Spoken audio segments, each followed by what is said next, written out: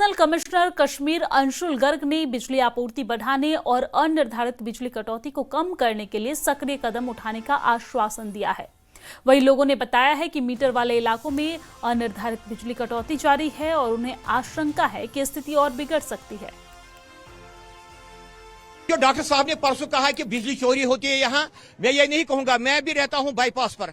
हम कम से कम 10-12 साल से हम बिजली चला रहे हैं और बिल्कुल हमें मीटर एरिया है और वहां पर भी पावर नहीं होता है और हम बराबर 3,000-4,000 रुपया, यह पता नहीं किस चीज का बिजली चढ़ता है। और ये गनी खन है, महाराजा बाजार है, हरि सिंह है, लाल चौक है, यहाँ पर भी बराबर मीटर एरिया है, सब है और यहाँ पर भी बिल्कुल बिजली नहीं रहता है और 1500, 2,000, 3,000 रुपया रेट चढ़ता है। पावर बड़ा इंपॉर्टेंट जो है फोकस एरिया हमारे लिए रहता है विंटर प्रिपेयर्डनेस के लिहाज से, और यूटी लेवल पर भी और डिवीजन लेवल पर भी काफी रिव्यूज इस चीज को लेकर के हो चुके हैं।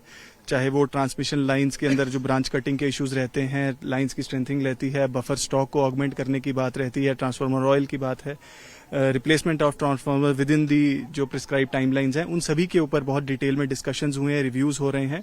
डीसीज भी अपने अपने जिलों में अपनी पावर सिनेरियो को रिव्यू कर रहे हैं। सिमिलरली डिवीजन लेवल पर भी, एमडी साहब के लेवल पर भी और चीफ इंजीनियर साहब के लेवल पर भी एक पुख्ता इंतजाम किए गए हैं। तो मैं समझता हूं बहुत बेहतरीन पावर अरेंजमेंट्स इस विंटर सीजन में रहेंगे। डिविजनल कमिश्नर अंशुल गर्ग ने दावा किया है कि इस बार जब सर्दियां आएंगी तो यहाँ पर जो शेड्यूल्ड एरिया है, वहां पर जहां पे पावर कर्टेलमेंट्स होती है, उनमें हम कहीं ना कहीं इस बार थोड़ी सी फर्क लाएंगे। उससे कहीं ना कहीं उम्मीद जगी है। लेकिन सबसे बड़ा सवाल अब यहाँ पे ये खड़ा होता है कि इस बार फिर से दरबार मूव स्टार्ट हो चुका है और अभी आपने सुना कि किस तरह से आम लोगों का ये मानना है कि जो ही दरबार मूव स्टार्ट होता है तो सारा फोकस जम्मू की तरफ जाता है और उसमें उस वक्त कश्मीर के जो 6 महीने होते हैं, यहाँ के लोगों के जो रियल इश्यूज होते हैं, बिजली, पानी और सड़क, वो कम्प्लीटली इग्नोर हो जाते हैं। लेकिन उम्मीद है इस बार कि जब यहाँ से दरबार मूव शिफ्ट होगा तो कश्मीर के लोग अगले 6 महीने के लिए भुलाए नहीं जाएंगे, ना ही उनके इश्यूज को भुलाया जाएगा। न्यूज़ 18 के लिए आफाक शाह के साथ श्रीनगर से मैं सरोज कफील।